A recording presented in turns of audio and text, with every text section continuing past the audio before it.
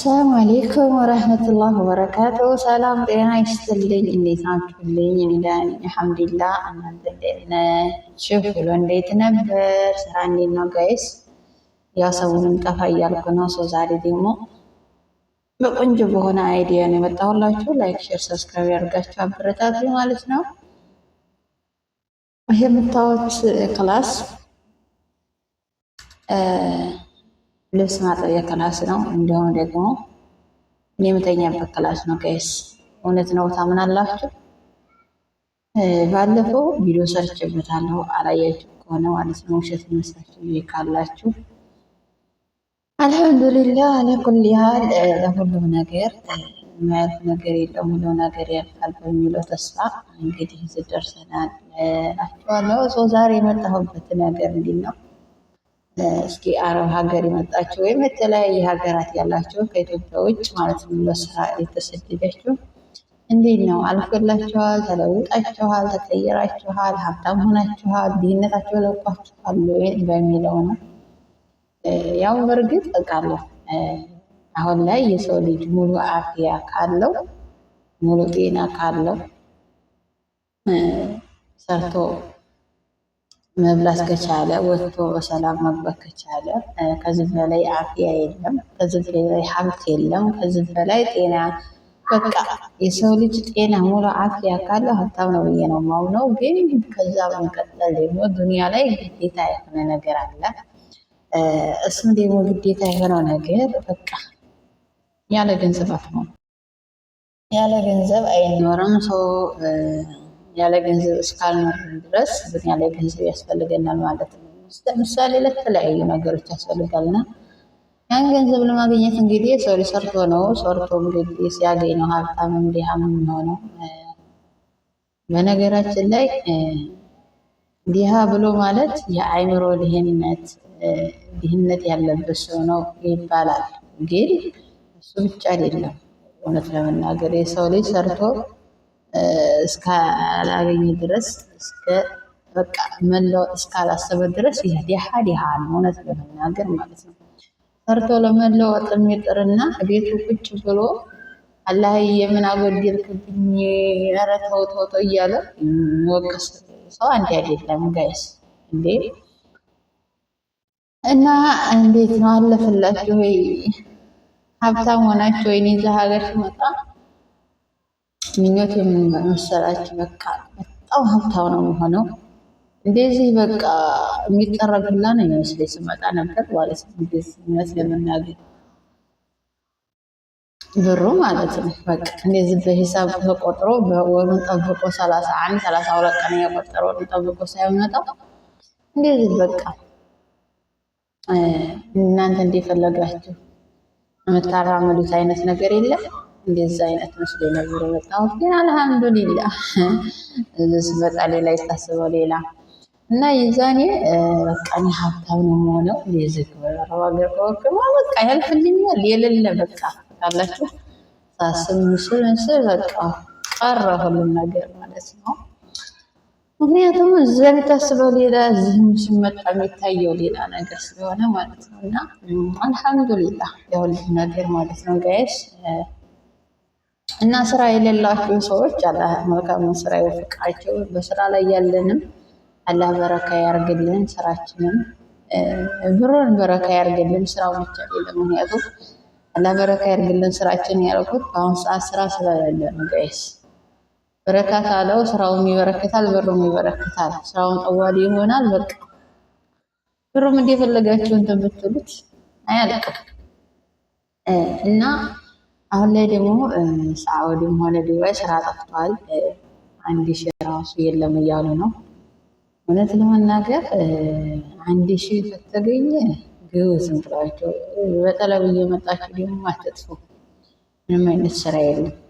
በጠለብ እየመጡ ስራ ለውጭ ላይ ምንም የለም። አቤት የቤት ኪራይ ከራስሽ ነው፣ አስቤዛ ከራስሽ ነው፣ እንዳለ ያንዳንዱ ወጪ ከራስሽ ነው። ብዙ ነገር አለ። ስራ ማግኘት አለ፣ ስራ ማጣት አለ። አሁን ላይ በጣም ከባድ ሆኗል። ድሮ እንዴት ተጠፋ ሁሉ ሰው ስራ መርጦ እንደሚስማማው አይነት ስራ ነበር የሚገባው። አሁን እነሱ የሚስማማቸውን ነው የሚመርጡት። አቤት እኛ የሚስማማንን ሳይሆን ማለት ነው። እና ስራ የለም እዛው በአንድ ሺህ ብትሰሩ ነው ይሻላቸው። እዚህ ከባድ ነው። እዛውም ደግሞ አሁን ላይ ምንም ስራ ከመጥፋቱ የተነሳ ብር ከማጣታቸው የተነሳ ጋይስ ከኢትዮጵያ ብር እየቀየሩ እየሐወሉ ሳሙን እየገዙ እየበሉ ነው ያሉት ቂጣ እና ይቅርባችሁ፣ አትጥፉ ከተለመጠፉ ማለት ነው። እና እኔ ለእናንተ እንጃዋል ለአዝም ምክንያቱም የሰው ልጅ አስተሳሰቡ ይለያያል ይባላል። አስተሳሰባችን እንደመልካችን ሁሉ ይለያያል ይባላል። እውነት ነው። ግን በቃ የሆነ አንድ የሚያደርግን ቦታ የለ እዛ ላይ ግን አንድ እንሆናለን ጋይስ። እና አሁን በቃ በውጭ ስትሰሩ ዲያታ የምትበሉት እናንተ ከራሳችሁ ነው። 150 ብር ሊሆን ይችላል፣ 200 ብር ሊሆን ይችላል፣ 100 ብር ሊሆን ይችላል። አስቤዛ የምታሟሉት እናንተ ናችሁ። ምግብ ማለት ነው። የምግብ ዘር የምትፈልጉትን እንደገና ለራሳቸው ልብስ ገዙት እናንተ ናችሁ። የቤት ኪራይ አለ፣ ያለ ቤት አትኖሩም። ምክንያቱም ዛሬ ላይ አረቦቹ አያስተማምኑም። እንደ ድሮ እንኳን አረቦቹ ያስተማምናሉ ብለው እዛው ቁጭ ስላላችሁ ችግር የለም። አሁን ላይ በቃ 10 ቀን 15 ቀን አሰርተው አልፈልግም ውጭ ነው የሚሉት እና በጣም በጣም ከባድ ነው ያ ነገር አለ።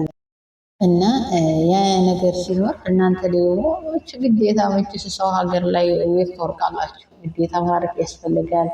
ያን የምከፍሉት እናንተ ናቸው። ወላሂ አዝም በጣም ይሄ እውነት የሆነ ነገር በቃ ሪል የሆነ ነገር ነው፣ ውሸት አይደለም። እና ለሴት ልጅ ደግሞ ስራ ካጣች በጣም ከባድ ነው ለሴት ልጅ ማለት ነው። ምክንያቱም እኛ ኮተታችን ብዙ ነው። ወንድ ልጅ እንኳን ብዙ ውጭ ላይ ወጥቶ ራሱ ውሎ ማደር ይችላል። ምንም የሚሆነው ነገር የለም ወርጣ ካላገኘ። ሴት ልጅ ግን እንደዛው በቃ ወጥታ ማደራችን ጋይስ። እና አሰብ ያደርጋችሁ ማለት ነው። እና ይሄን የምለው ከጠለው ለመጠፍ ነው፣ ለሌላ ለምንም አይደለም። አላህ ሂዳያ ይስጠን ሁላችንንም። አላህ ርዝቃችንን ሀገራችን ያርግልን፣ ርዝቃችንን ይስጠን። ሲሰጠን ደግሞ በቃ ሰጥቶ የምንሰጥ አድርጎ ይስጠን የምለው ማለት ነው። ብዙ ጊዜ ዱዓ ሳደርግ እና አላህ ሀብታም ካረገኝ እኔን ሰጭ አርጎ ያርገኝ ነው የምለው። ይህን ክፉ አርጎ ሀብታም ቢያደርገኝ አልፈልግም። ይቅርብ፣ ድህነት ይሻለኛል ነው የምለው። እና ሌላው ነገር ደግሞ እንዲሁም ላይ ባነሳው እርግጥ የተለወጣችሁ ሰዎች ትኖራላችሁ። የህይወት ለውጥ ያለ ነው እና እርግጥ ሁሉም ሰው እንደ መጀመሪያ እንዲያመጣጡ አይደለም። የባሰበትም አለ የተቀየረም አለ። ግን እኔ አላቅም እውነት ለመናገር ጋይስ፣ እኔ እንጃ ብቻ ከባድ ነው። ግን ማሰብ ያለብን ሙሉ አፍያ ካለን ጤና ካለን ሁሉም ነገር ቀላል ብዬ ነው ማስበው። እና ደግሞ ብዙ ወንድ ልጅ ይጨነቅበት እንጂ እኛ ሴቶች ምን አስጨነቀን? የሚያስተዳድሩን እነሱ ወንዶቹ ምን አገባን አይደለም? ኧረ ወይኔ የተገይዝ ዲሞሎቹ ጋር ጋይስ። እና ይሄን ይመስላል። ኢንሻአላ ያው ጠፋ ብያለሁ። ሰሞኑን የጠፋሁበት ምክንያት እንደነገርኳችሁ ኢጃዛ ነው። ኢጃዛ ነው ሊሆን የታወቀ ነው። ያኔ እርፈት ነው። አረቦቹ ደግሞ በእርፈት ሰዓት ሲፈልጉ ያወጣሉ፣ ሲፈልጉ ሀገር ይዘው ይዞራሉ፣ ሲፈልጉ በቃ ቤታቸው ይቀመጣሉ። እና ልጅ ያለበት ቤት ብቻ ነው ሰራተኛ ተዋል የምትቀመጠው። ልጅ ከሌለ ትላልቅም ከሆኑ እንደገና ደግሞ አንዳንዶቹ ልጅ እያላቸው ህፃን ልጅ እያላቸው ራሱ ያወጣሉ። ለምን አላውቅም። እና ጋይስ ዛሬ በዚህ ሰናበታችኋለሁ። ወዳችኋለሁ። ላይክ፣ ሼር፣ ሰብስክራይብ ያደርጋችሁ ብረታቱኝ ባይ